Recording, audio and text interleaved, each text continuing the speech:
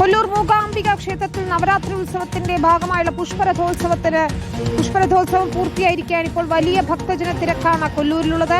ഇടയ്ക്കിടെ മഴ പെയ്യുന്നത് ഭക്തരെ വലയ്ക്കുന്നുണ്ട്.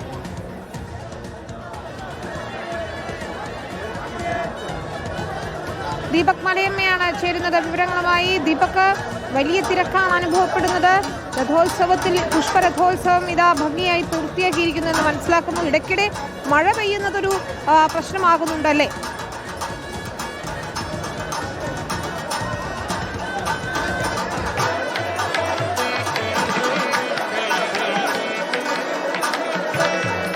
വിനിത, മഹാനവമി നാളിലെ ഏറ്റവും പ്രധാനപ്പെട്ട ചടങ്ങാണ് പുഷ്പരഥത്തിലേറി ആ ദേവി ഈ ക്ഷേത്രത്തിന് ചുറ്റുവട്ടം എഴുന്നള്ളുക എന്നുള്ളത്. ആ ചടങ്ങ് ഇപ്പോൾ പൂർത്തിയായിരിക്കുന്നു. നേരത്തെ വിനിത പറഞ്ഞതുപോലെ തന്നെ ഇടവിട്ടുള്ള മഴ ഇന്ന് രാവിലെ മുതൽ ഉണ്ട്. ഇപ്പോൾ ഈ ചടങ്ങുകളെല്ലാം പൂർത്തിയായതിന് പിന്നാലെ ശക്തമായ മഴയാണ് പെയ്യുന്നത് എന്നുള്ളതാണ് നമുക്ക് പറയാൻ സാധിക്കുന്നത്. നമുക്ക് ആ രഥത്തിന്റെ ദൃശ്യങ്ങൾ കൂടി കാണാം. നേരത്തെ ഏറ്റവും ഭംഗിയായി പുഷ്പാലങ്കൃതമായി വെച്ചിരുന്ന രഥം അതിന്റെ ചടങ്ങുകൾ പൂർത്തിയായതിനു ശേഷം അത് ഭക്തരെല്ലാം അതിൽ നിന്ന് പൂവൊക്കെ ഇറുത്ത് കൊണ്ടുപോയതിന്റെ കാഴ്ച കൂടി നമുക്ക് കാണാൻ സാധിക്കുന്നുണ്ട്. ഇത്തവണ ഏറ്റവും പ്രധാനപ്പെട്ട കാര്യം പൊതുവെ ഉണ്ടാകുന്ന നാണ്യത്തുട്ടുകൾ ഭക്തർക്ക് എറിഞ്ഞു കൊടുക്കുന്ന ഒരു ചടങ്ങുണ്ടായിരുന്നു. ആ ചടങ്ങ് പൂർണ്ണമായും വേണ്ട എന്ന് നിശ്ചയിക്കുകയായിരുന്നു. കാരണം കരൂരും നേരത്തെ ഹാസനിലും ഒക്കെ ഉണ്ടായ സംഭവങ്ങൾ നമുക്ക് മുന്നിലുണ്ട്. അങ്ങനെ ഒരു തരത്തിലും അപകടങ്ങളിലേക്ക് കാര്യങ്ങൾ പോകരുത് എന്നുള്ള വിലയിരുത്തലിന്റെ അടിസ്ഥാനത്തിലാണ് അത്തരത്തിൽ മുൻകരുതലെടുത്തത്. അതിന്റെ ഭാഗമായി ഇത്തവണ നാണയത്തുട്ടുകൾ എറിഞ്ഞു കൊടുക്കുന്ന ആ ചടങ്ങ് വേണ്ട എന്നുള്ള തീരുമാനത്തിലേക്ക് എത്തുകയും ചെയ്തിട്ടുണ്ടായിരുന്നു. ഇവിടെ ഒരു റൗണ്ട് ഈ രഥം പൂർണ്ണമായും ഭക്തരെല്ലാം കൂടി ചേർന്ന് വലിച്ച ക്ഷേത്രത്തിന്റെ ചുറ്റുവട്ടം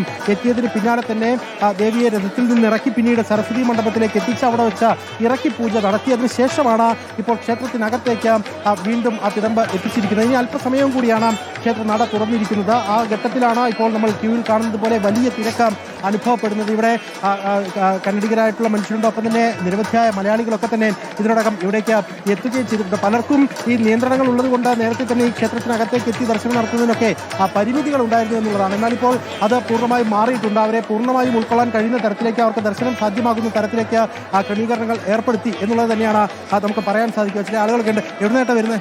കന്നഡ. ദർശൻ ഇല്ല, ഇതൊക്കെ കന്നഡികരാണ് കൂടുതലായിട്ടുള്ള ആ ഒരു ദർശനം നടത്തിയിട്ട് അവർ കാത്തു നിൽക്കുന്നു എന്നുള്ളതാണ് പറയുന്നത്. അതുപോലെ തന്നെ നമസ്കാരം, പേര്? സുമേഷ്, കാസർഗോഡ്. ദർശനം കിട്ടിയില്ല, ഭയങ്കര തിരക്കാണ് ഇവിടെ. ഉണ്ടാകുന്ന പോലെ അല്ല ഇത്തവണത്തെ ചടങ്ങുകൾ. മഴയും കൂടിയാകുമ്പോൾ ഭയങ്കര ആണ് ബുദ്ധിമുട്ട്. എവിടുന്നാ? ഞാൻ കണ്ണൂർ മമ്പറോ വരുന്നതാണോ? മാസത്തിൽ വരുന്നുണ്ട്. എങ്ങനെയുണ്ടായി? തിരക്ക് തന്നെയാണ്. തിരക്ക് കാരണം പൈസയൊക്കെ മാറ്റി ചടങ്ങ് മാറ്റിയിട്ടുണ്ട്. ഉള്ളൊന്ന് പൈസ കൊടുക്കുന്നുണ്ട്. കണക്കിന് നല്ലതാണോ? അത് കണക്കിന് നല്ലതാണ്. അപകടം ഒഴിവാക്കാമായിരുന്നു ഉള്ള ഇത് തന്നെ.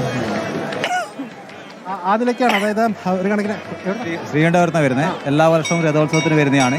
ഈ വർഷത്തെ രഥോത്സവം മാത്രം ചെറിയൊരു മാറ്റം വരുത്തിയിട്ടുണ്ട്. കൈ നിറയെ കോയിൻസ് വാരിക്കൊരു തന്നിട്ടുണ്ട് അമ്മ. അതായത് ഇത്തവണ എറിഞ്ഞു കൊടുത്തില്ല, പകരം പലരുടെയും കൈവശം കൊടുത്തിട്ടുണ്ട്. ഒരുപാട് കോയിൻസ് കിട്ടി. ഒരുപാട് കോയിൻസ് അമ്മ നേരത്തെ വന്നതിനേക്കാൾ സന്തോഷം. നേരത്തെ വന്നതിനേക്കാൾ സന്തോഷം. ഓക്കെ, എന്തായാലും ഭംഗിയാവട്ടെ. ഇത്തരത്തിലാണ് ഏറ്റവും സന്തോഷത്തിലാണ് ഇവരെല്ലാം ഉള്ളത്. എവിടുന്നാ? ഗുജറാത്ത്. മലയാളം. ഇവിടെ എല്ലാ തവണയും വരാം? ഇല്ല, ഫസ്റ്റ് പ്രാവശ്യം വന്നു. എങ്ങനെയുണ്ട് അനുഭവം? അടിപൊളി. ജന്മപുണ്യം. എപ്പോഴാണ് എത്തിയത്? ഞങ്ങൾ മെഞ്ഞാന്നെത്തി. നാളത്തെ ചടങ്ങ് കൂടി ഇപ്പൊ പോകും. ശരി. ഉത്സവമൊക്കെ എങ്ങനെയുണ്ട്? അടിപൊളി. ഇങ്ങനെയാണ് വിനിത ഈ സംസ്ഥാനത്തിന്റെ വിവിധ ഭാഗങ്ങളിൽ നിന്ന് നമ്മുടെ മേഖലയിലുള്ള ആളുകൾ വരുന്നുണ്ട്. ഇതര സംസ്ഥാനങ്ങളിൽ നിന്നുള്ളവരുണ്ട്. അങ്ങനെ സർവ്വജാതി മതസ്ഥർക്കൊക്കെ വന്നു ചേരാൻ പറ്റുന്ന ഒരു ഇടം എന്ന കണക്കിന് ഈ നന്മയ്ക്ക്, അതായത് തിന്മയ്ക്ക് മേൽ നന്മ വിജയം നേടിയ ഒരു ഇടം എന്ന നിലയിലൊക്കെ തന്നെ ഏറ്റവും പ്രാധാന്യത്തോടു കൂടി കാണുന്ന ഒരു ക്ഷേത്രവും കൂടിയാണ് കൊല്ലൂർ മൂകാംബിക എന്ന് പറയുന്നത്. അതുകൊണ്ട് അതിൻ്റെതായ തിരക്കിവിടെ അനുഭവപ്പെടുന്നുണ്ട്. നാളെ ഇനിയിപ്പോൾ അധ്യക്ഷനം കുറിക്കാൻ ആയിരക്കണക്കിന് കുരുന്നുകൾ ഇവിടേക്ക് എത്തും. അതിന്റെ ചടങ്ങുകൾ രാവിലെ 3 മണിയോടുകൂടി ആരംഭിക്കുകയും ചെയ്യും. അങ്ങനെ വളരെ സജീവതയിൽ തന്നെ കൊല്ലൂർ മൂകാംബിക കാര്യങ്ങൾ മുന്നോട്ട് പോവുകയും ചെയ്യുന്നുണ്ട്. ശരി ദീപക്, കൂടുതൽ ചടങ്ങുകൾക്കായി, വിശേഷങ്ങൾക്കായി, കാഴ്ചകൾക്കായി ഒക്കെ നമുക്ക് കൊല്ലൂർ മൂകാംബികയിലേക്ക് പോകേണ്ടതുണ്ട്. ദീപക് മലയമ്മയും അർച്ചന രവീന്ദ്രനും കൊല്ലൂർ മൂകാംബികയിൽ നിന്ന് തത്സമയ അപ്ഡേറ്റുകൾ നൽകും. നാളെയാണ് വിദ്യാരംഭ ചടങ്ങുകൾ. കൃത്യം 3 മണിക്ക് പുലർച്ചെ ചടങ്ങുകൾ ആരംഭിക്കുമെന്നാണ് ദീപക് റിപ്പോർട്ട് ചെയ്യുന്നത്.